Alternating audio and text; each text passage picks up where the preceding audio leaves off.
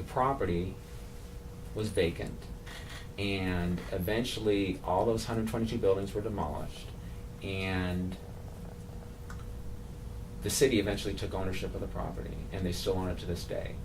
And that was, at the end of this, I lost all 4,000 apartment units that I owned across the country, not just Woodland Meadows, but all those other properties that I borrowed money on.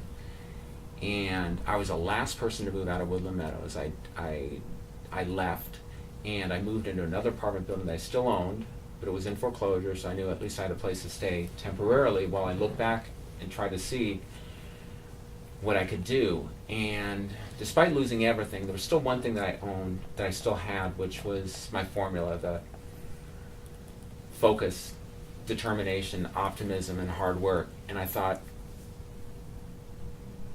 I can rebuild. So even though I lost everything that I gained over those 15 years, I could use my formula and rebuild. But what I would do is I'd go to investors and I'd go to other partners, and because now I had no money, so I had to come up with a deal and then go to people and say, hey, I need you to invest in me to help do this deal. And I'd come up with good deals, so people would say, yeah, we're interested. And then a couple weeks later, they'd say, wait, they had done a background check, and tell us about Woodland Meadows. And I'll tell you, when I had those calls, I felt like I wanted to cry, because there was nothing I could do. I had I'd write these explanation letters, but at that point I had, in those last 6 months at Woodland Meadows, being smeared by the city, I was arrested. They led to the paper.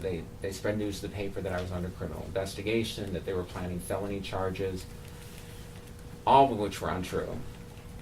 I had millions of dollars in judgments against me, bad credit, obviously, and no money.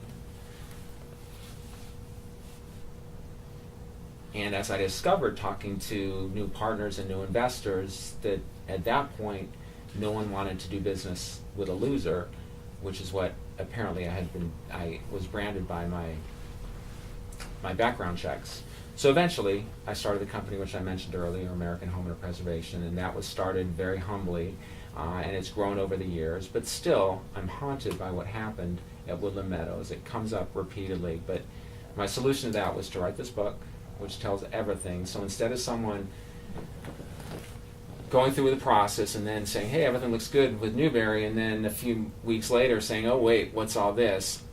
I get this up front and say, hey, this will tell you everything about me, and everything that you're learning in this book will not only show you what happened and explain what happened and why all those bad things, but will also show you, as a result of all those bad things that happened, that I'm better equipped to do what I do today than anybody else.